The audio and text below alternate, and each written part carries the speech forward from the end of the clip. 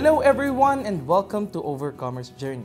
Dito ulit natin maririnig ang testimony ng ating mga pasyente na nakapag-overcome ng kanilang karamdaman. 2 years ago, isa sa mga unang pasyente ng Ozone Med Quezon City ang nagbigay ng kanyang testimony kung paano nakatulong ang ozone therapy sa kanyang karamdaman. Balikan natin ang kanyang kwento. Meron akong stage 3 cancer. Sobrang nanghina, talagang akala ko nga po, hindi na ako magtatagal. Talaga, akala ko, buwan na lang siguro aabutin ko sa mundo.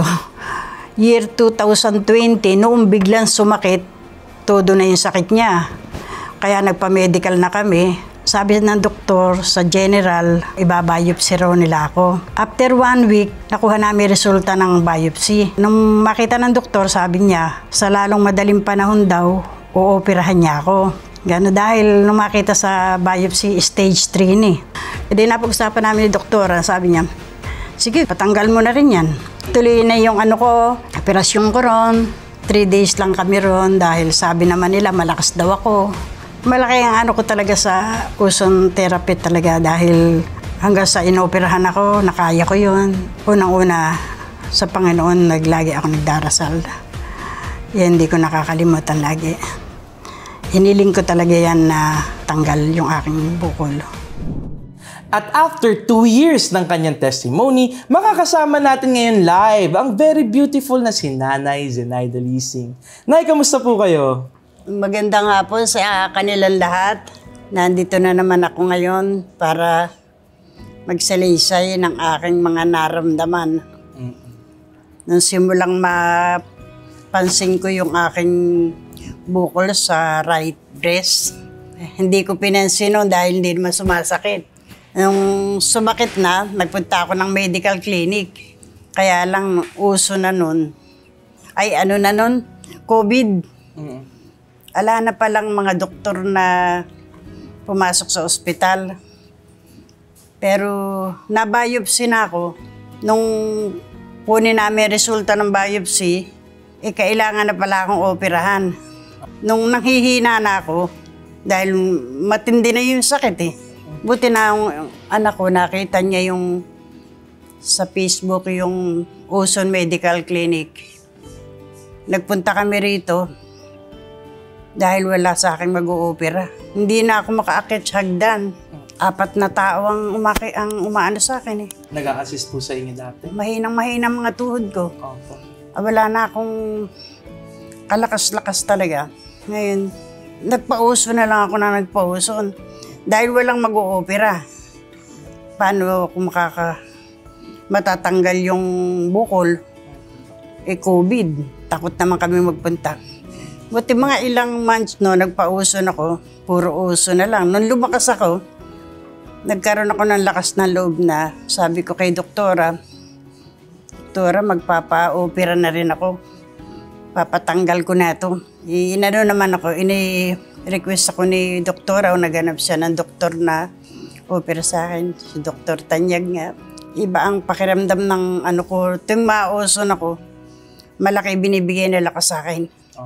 Akala ko nung talagang hindi na ako tatagal. Sa loob ko, kahit ako maoperahan, parang hindi ko na kaya. Bibigay na ako talaga. Pero nung aking mauson, malaki binibigay na lakas. Marami na rin akong nagagawa sa bahay. Tatanim pa nga ako ng halaman. Didilig-dilig pa ako ng halaman ngayon. Samantala ka ako dati, hindi ako makaakit sa uson at mataas. Nanghihina po kayo dati, kumbaga ngayon lumakas kayo, Nanay. Malaki inilakas ko sa uson talaga. Kaya pati mga kapitbahay namin sa amin doon, paglalot may edad na. Kaya kailangan ka ako. Pag kayo may naramdaman, may bukol kayong nakita sa katawan nyo, huwag nyo nang pagtagalin.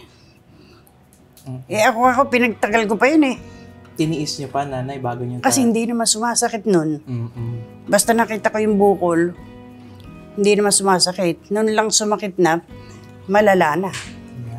So, Nanay, nung mga panahon na yun, di ba meron kayong nararamdaman na, ano yung nag-push talaga sa inyo na, okay, magpapacheck na talaga ako?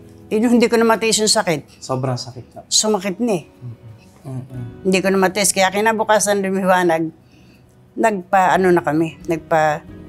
medical na kami, tsaka yun nga, biopsy na raw. Opo. I-biopsy, ora mismo, ika ng doktor ko, operahan na natin yan. Kailangan matanggal na yan sa lalong madaling panahon, sabi. Nagsabi naman ng COVID, ala ang mag-oopera sa akin. Nanay, ano yung mga ginawa niyong steps noon? May binago ba kayo sa inyong pagkain, sa inyong buhay? Ay, wala. Simula na nagtitreatment kayo? O simula nagtitreatment, puro sinabi ni doktora. Hindi ako kumain ng karne, mga isda raw na may kaliskis, puro gulay ako. Nasanay na rin ako, hindi ko na hinahanap yung mga karne. Apo. Puro ano lang kung naglalaro, gulay, isda. Iba-ibang isda kasi iba hindi ko kilala yung isdang binibili ng manugang ko eh. Basta isda, gulay, minsan yung mga cauliflower, yung broccoli. Saka sa hapon, gulay pa rin.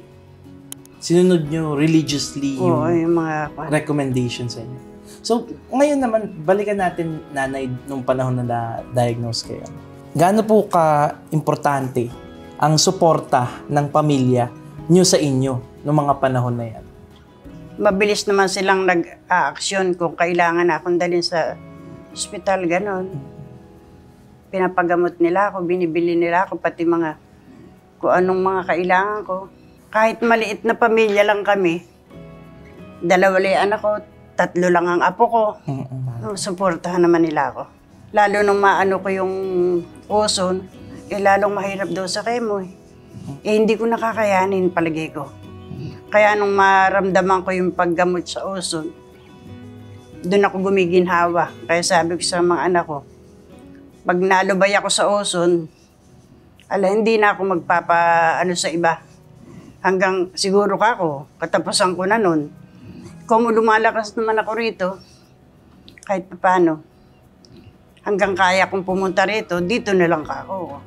Hanggang nabubuhay ako, sa uso na ako. Hindi na ako lilipat kahit saan.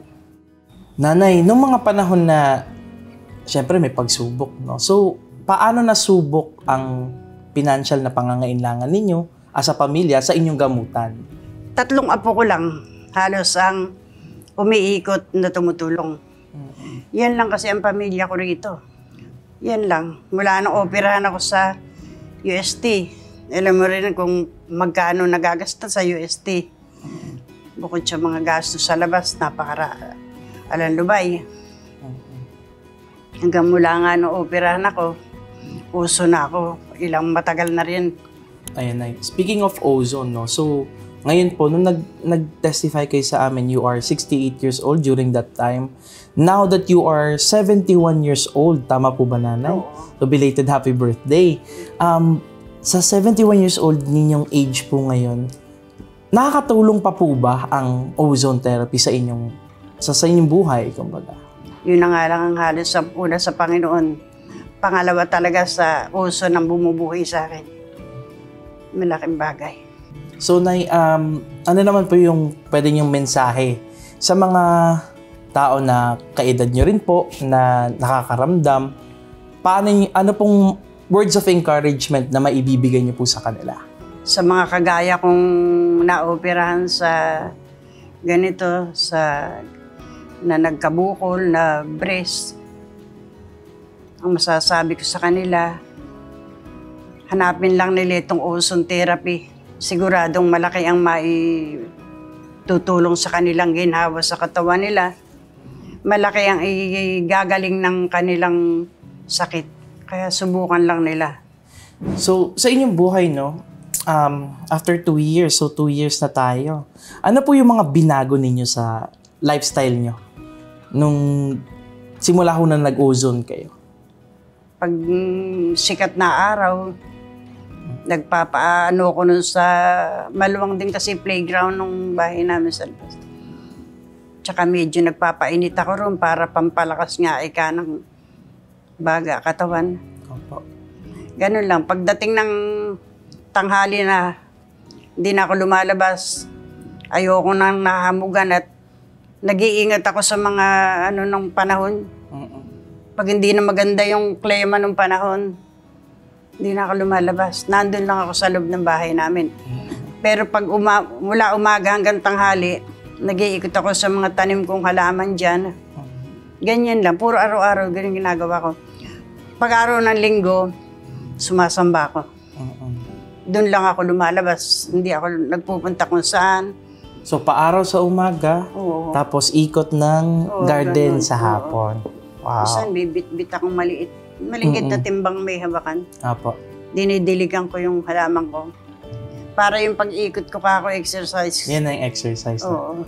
Given that, tuloy-tuloy po ba ang supplementation niyo? Dati nga, nung nag-Genesis ako, saka yung mga supplement, yung omega, yung naghahatid sa akin ditong anak ko, may dinaing na kung ano yung masakit sa kanya, pa-check up na rin kay doktora.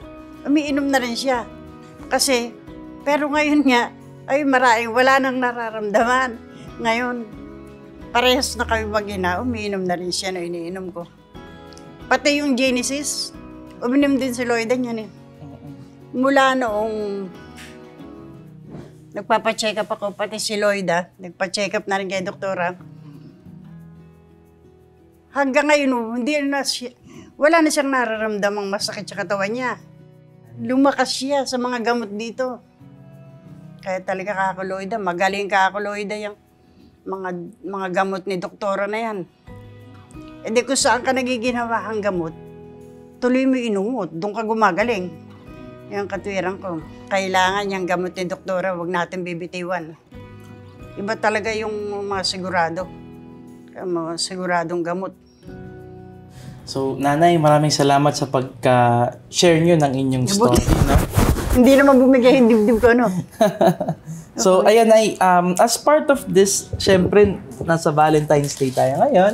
Meron kami regalo para sa inyo. Isa po siyang rosas at ang bag na Overcomers. Kasi ikaw ay part ng Overcomers Club natin. Ito po yung mga content nito, Nay. So, meron tayong Overcomers mug na bibigay po sa inyo. So, ayan po. Yan. So, anniversary mug po yan ng Ozone Med. And of course, yung t-shirt po, para pagka nag-iikot-ikot po kayo sa inyong garden, Nanay. So, ayan po. Ayan, pakita po natin. There you go. So, ano po siya? Dry fit. Tapos, syempre, Nanay, itong Overcomers Club card po natin. Nakapangalan po yan sa inyo. Zenaida Evans. There you go. So, ito po. At ito po yung bag natin. So, Nay, may benefits po yan, ha? Pwede nyo po magamit yan sa lahat ng branches ng Ozone Med. So, Nanay, maraming salamat sa pag-testify ulit ng inyong istorya sa amin dito sa Overcomers Journey. Sana yung istorya nyo po ay maka-inspire ng maraming mga tao na sumunod at talagang maging faithful sa kanilang paggagamutan dito. Maraming salamat po Maraming salamat din sa inyo lahat. Lalo kay doktora. Maraming salamat talaga. At isa na naman pong kwento ang ating narinig at naway naging inspirasyon sa inyo si Nanay Zenaida Lising sa kanyang pag-share ng testimony. Once again, I'm RD Barales and this is Overcomers Journey.